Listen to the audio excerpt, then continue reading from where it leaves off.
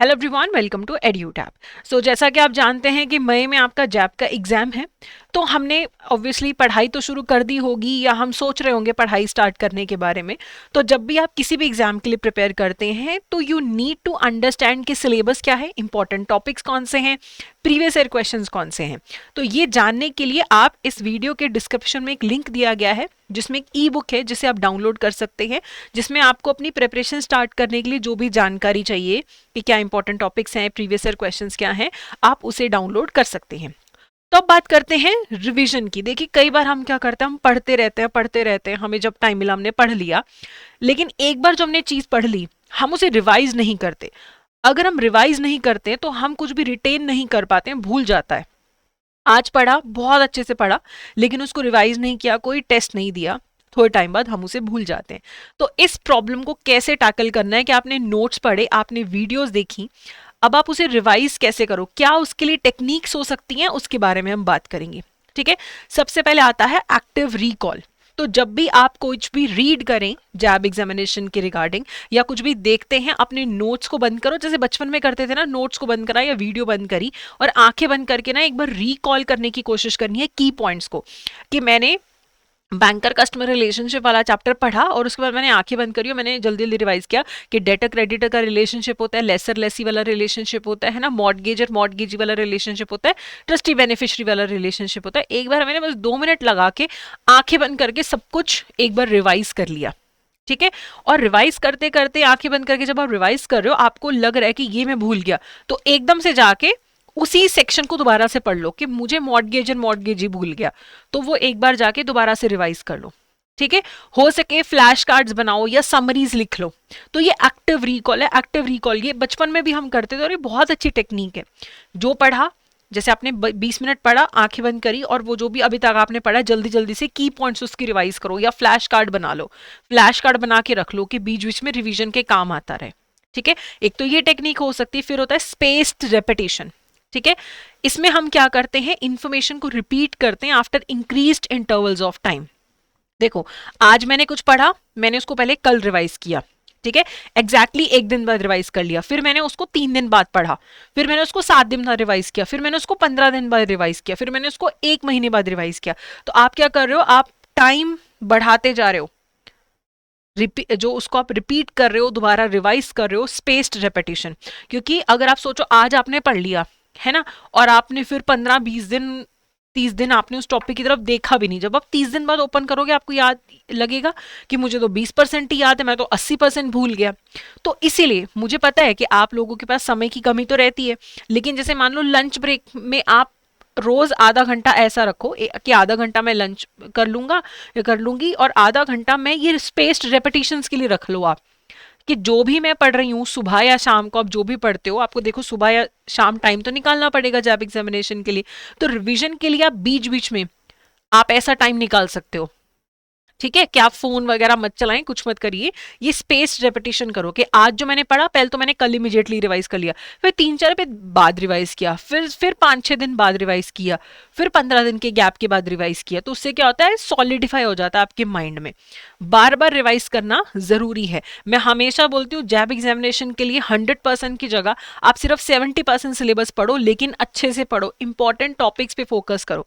ठीक है। फिर आप और कैसे रिविजन कर सकते हो, समराइज और सिंप्लीफाई करके। देखो, आपने कुछ भी देखा और या फिर आपने कुछ भी पढ़ाई करी, वीडियो से करी, चाहे आपने कुछ कुछ पढ़ा है, तो समराइज करने की कोशिश करो कि इस टॉपिक का की आइडिया क्या है, कुछ सेंटेंसेस में, या फिर एक माइंड मैप बनाने की कोशिश करो। जैसे हम माइंड मैप कैसे बनाते हैं, कुछ फैंसी करने की जरूरत नहीं है ना। सेम हम बैंकर कस्टमर रिलेशनशिप की अगर एग्जांपल लेके चले, कि बैंकर कस्टमर रिलेशनशिप में एक होता है डेटर क्रेडिटर का रिलेशनशिप, एक क्रेडिटर डेटर का, एक ट्रस्टी बेनिफिशियरी वाला होता है, और एक मॉर्टगेजर मॉर्टगेजी वाला होता है, हाइपोथिकेटर हाइपोथिकेटी वाला होता है, और पॉनर पॉनी वाला होता है, एडवाइजर क्लाइंट वाला होता है। इस तरीके से आपने बना लिया माइंड मैप, तो इमीडिएटली आप इसे एक साइड पे रख लो। जब कभी भी आपके पास टाइम मिला आपने इसको रिवाइज कर लेना है। इमीडिएटली भी आप पढ़ के एक बार ऐसे माइंड मैप बना लो, फिर इसी को यूज करते रहो रिवीजन के लिए, ऐसा भी आप कर सकते हो।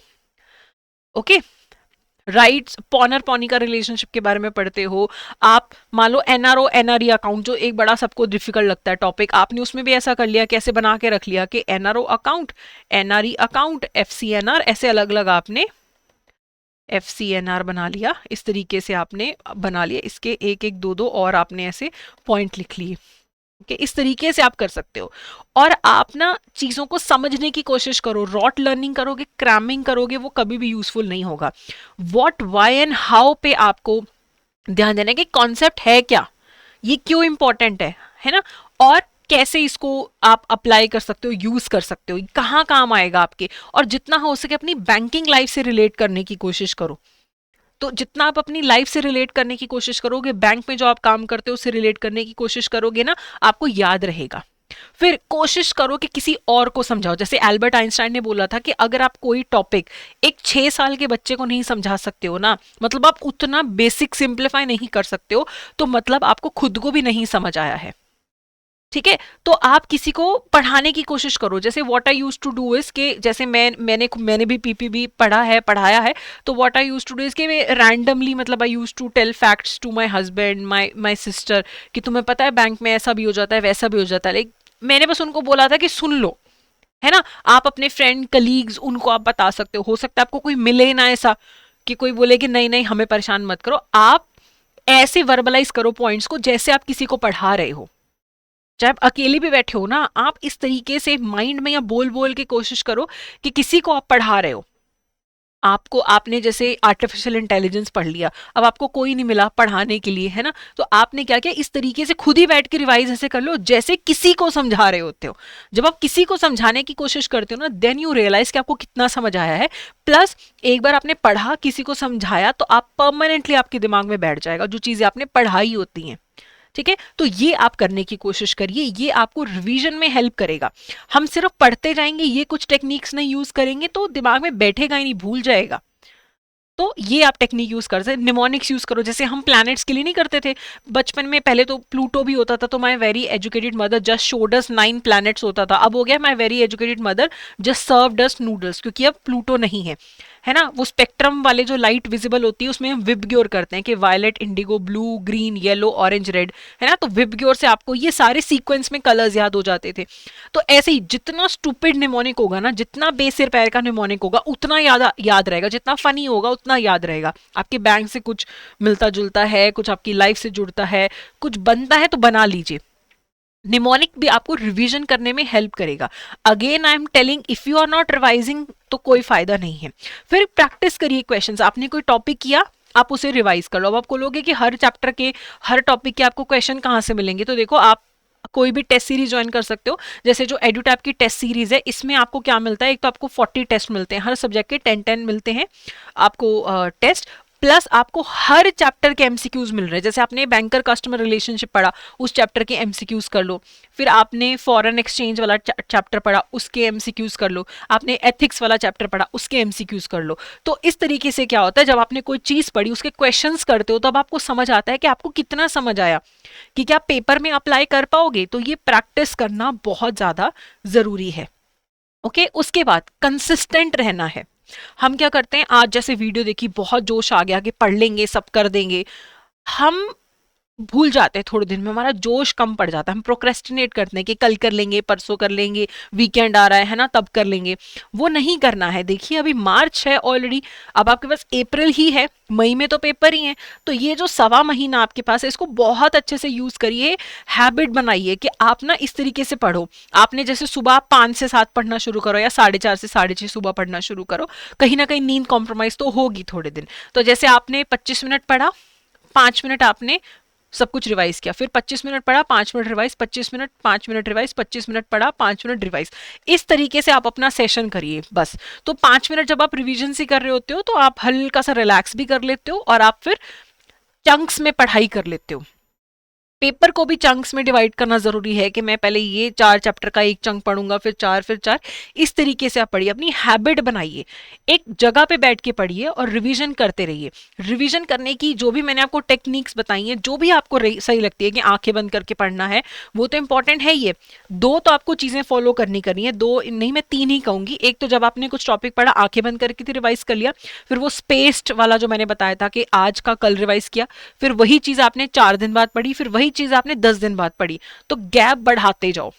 ये चीज आपको करनी है। और टेस्ट सीरीज आपको जरूर कोई ना कोई, या एमसीक्यूज का कोई भी सोर्स, एडुटैब की भी अवेलेबल है, या जो भी आपको सही लगे उसमें आप एनरोल कर सकते हैं। लेकिन क्वेश्चंस करना बहुत ज्यादा जरूरी है और कंसिस्टेंसी बहुत ज्यादा जरूरी है। आजकल वाला जो सिस्टम है वो सही नहीं रहता है, ठीक है।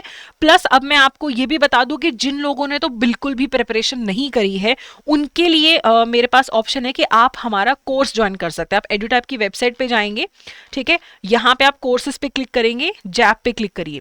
तो जिन लोगों ने तो कुछ कुछ तैयारी खुद से कर रखी है, वेल एंड गुड। जिन्होंने कोई प्रिपरेशन नहीं कर रखी, उन्हें मेरे हिसाब से इस टाइम पे लाइव क्रैश कोर्स उनके लिए अवेलेबल है। जो नवंबर वगैरह के लिए टारगेट करें, अक्टूबर नवंबर वाले साइकिल के लिए, वो कंप्लीट मास्टर कोर्स में एनरोल कर सकते हैं, जिसमें पूरा सिलेबस बहुत डिटेल में रहता है, वो आप कर सकते हैं। लेकिन अगर आपको क्विक सोल्यूशन चाहिए, है ना, तो उसके लिए आप हमारे मास्टर कोर्स में एनरोल कर सकते हैं। 6 मंथ्स की वैलिडिटी है।